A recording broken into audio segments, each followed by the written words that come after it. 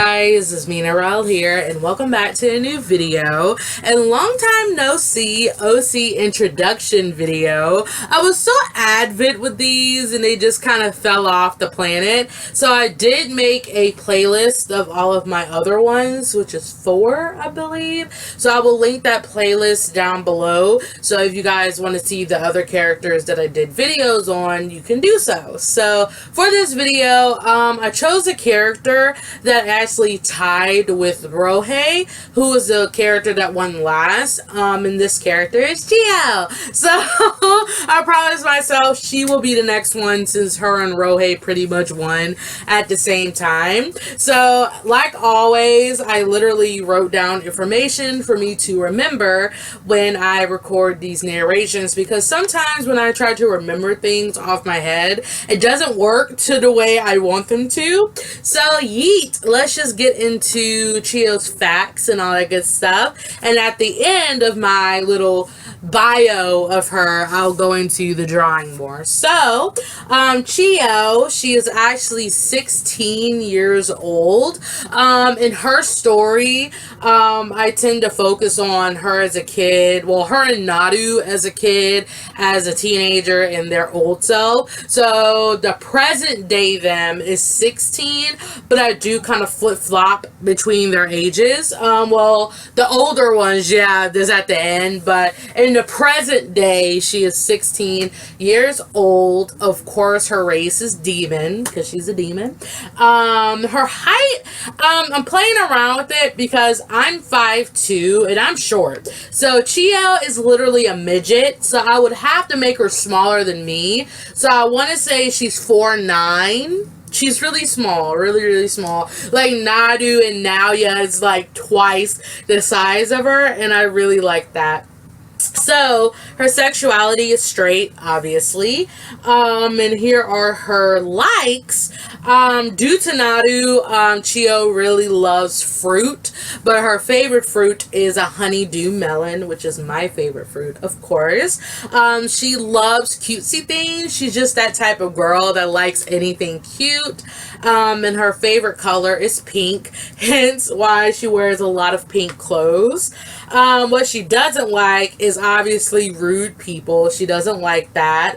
And I honestly don't have any other dislikes besides rude people, because that kind of goes along with her backstory and all that good stuff. So that's about Chio, a little cute fun facts. So let's just get on to her story, her background, all that good stuff. So Chio, as a young girl, she was your ordinary girl that liked playing outside, being cute and adorable, and all this and the third. But what you saw on the outside wasn't what was reflected on the inside. So Chio comes from a family that prizes value and being perfect in everything, because her mom, Chisana, due to her background, she decided to make her family perfect so they won't be seen as less than, because they're perfect. They got everything. So her mom, Chisana, made Chio instill those values in her at a young age. So Chio already had heavy expectations placed on her. So when she was younger, her mom made her go through like rough training, like how to sit up properly, how to dress properly, what to eat, what not to eat. And Chio, as a young girl, she's like, Mom, you know, why are you doing this to me? Because I'm young. Like, I'm not old enough to, you know, have these qualities about me. But her mom is like, no, you have to learn how to do these things, because you're my daughter and you won't be seen as less than what I am, which is quote unquote perfect. So of course Chio, as a young person, decided to live up to her mom's expectations. So as her life goes, Chio realizes that she's not catching up, she's not being the daughter that her mom wants her to be, and she feels like she's a failure as a person, because every time she would do the training that she went through, her mom would be like, you're doing horrible, what's wrong with you, I didn't raise you this way.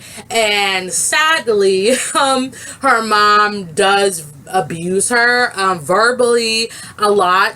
She verbally abuses her. She mentally abuses her, and she does physically abuse her, like slapping her and all that stuff. So yeah, that's what Chio goes through as a youngin.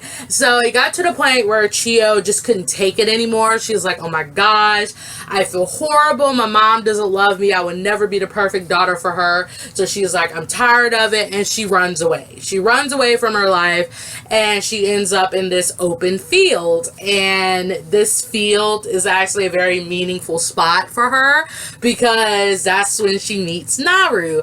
And just a preface, Naru ran away from his home as well. So they kind of did the same action at the same time. So Chia, she's like, wow, I've never seen a boy that lived close to me, and I didn't know I had a neighbor, So as soon as she saw Nadu, she's like, oh my gosh, she's so pretty. He's just like, oh my gosh. So, but once she saw his face, she automatically empathized with him, because she was like, he looks like he's going through the same thing as I'm going through. We may not be going through the same situation, but I can feel that he's having a rough time as well, because Chio is a very quick empathizer. She can empathize with people really well. So she proceeded to sit there and talk to him, to say hey, and like normal Nadu fashion, he really didn't pay attention to her. He just kind of kept quiet. So for Chio, she's like, hey, why don't you talk to me? I see you're going through a lot too. And of course Naru's like, hey, you don't know nothing about me. Don't assume what you don't know about me. And she automatically is just like, look, I'm going through a tough time too, and I just ran away from home, so it's hard for me too.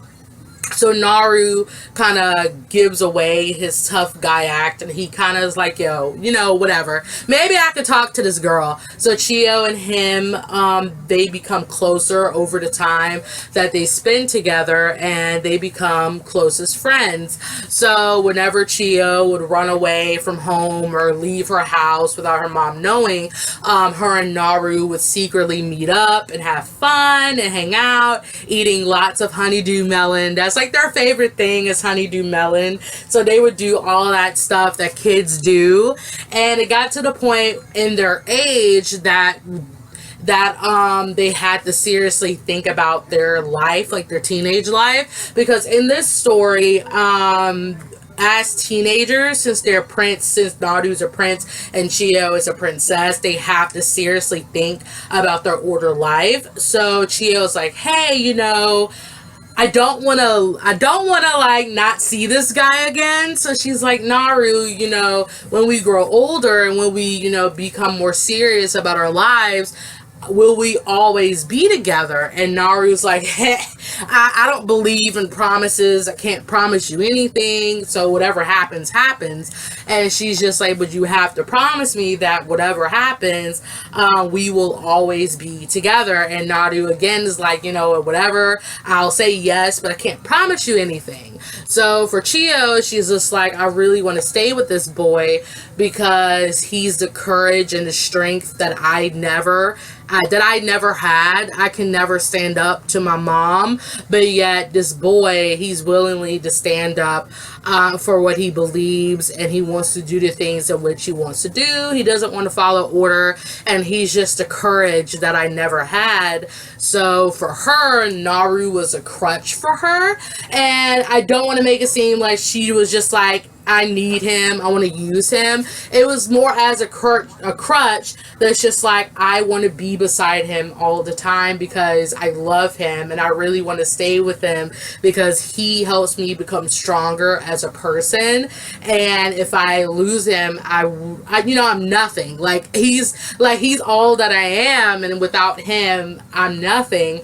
So, when they grow up, of course, Chio and Naru, she doesn't get to see him a lot. So when they kind of do hang around with each other, she's just like, you know, where's Naru? You know, where is he at? And she drastically notices that Naru isn't the same kid that she knew way back when. Naru's a lot more cold-hearted. He's not as nice as he was, and he's technically like a different person. So she's like, man, you know, what happened to the boy that I knew? So of course she goes up to Naru and she's like, hey, you know, it's so nice to see you. I thought I would never see you again, you know, whatever. Let's just catch up due to our old times. And with Naru, he's like, get away from me. Like, why are you talking to me? And she's like, Naru, hey, we were friends, you know, we were so close. Why are you being like that to me? And he's just like, I honestly could care less if we were friends or not, you know, just leave me alone. So for Chio, she's like, man, you know, this kid is totally different from the sweet loving boy that I knew. But for her, she's just like, yeah, I can give up wanting to earn my mother's love and my mother's trust, but I will not give up on a thing in which I want most, which is Naru's love, and without him, I'm nothing. So I can give up on my mom, but I can't give up on him. So for her, well, you know, now Chio, she decides, hey, I'm going to be beside him, and she tries to win Naru's love and his trust, and that's her life goal. She's like, I want to be beside him the rest of my life, and I need him by my side. So going on, of course the road isn't easy because her mom has underlying issues with Naru's family, which I will not say until you guys vote for Chisana, and you'll know why her mom has her underlying issues. So for her, she had to be weary of hanging around Naru. She had to be weary of doing certain things, but for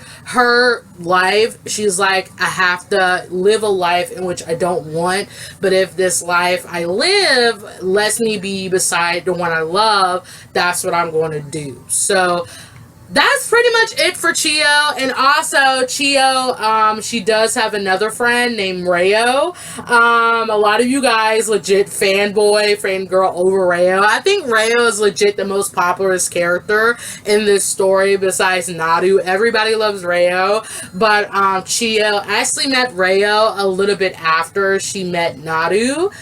So yeah, her and Rayo are like really good friends. So I'll let you know more about how they became friends in Rayo's introduction, because they all are puzzle pieces that tie together. So it's cute. I think it's adorable how well they fit together, but her relationship with Rayo is totally different with Naru in a sense.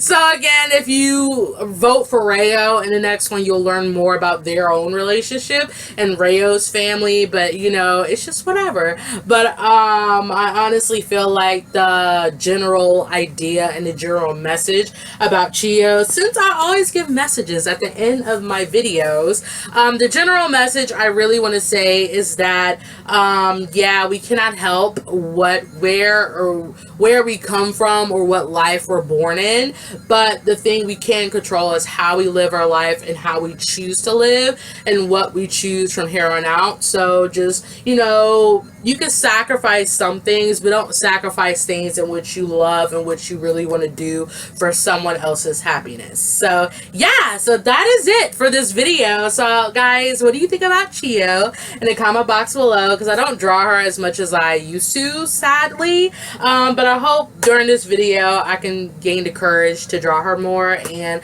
draw the rest of the Naru fam more, because they're love, and I love them so much. So thank you guys so much just for watching this video. I pretty much colored this drawing with my Copic markers, my Hoo markers, and other types of markers, and that's all that's said. So yeah, so I will see you guys in my next video. I will be putting up a poll shortly after this video, so you guys can vote for the next character in which you want to see for the next introduction. So yeah, bye guys.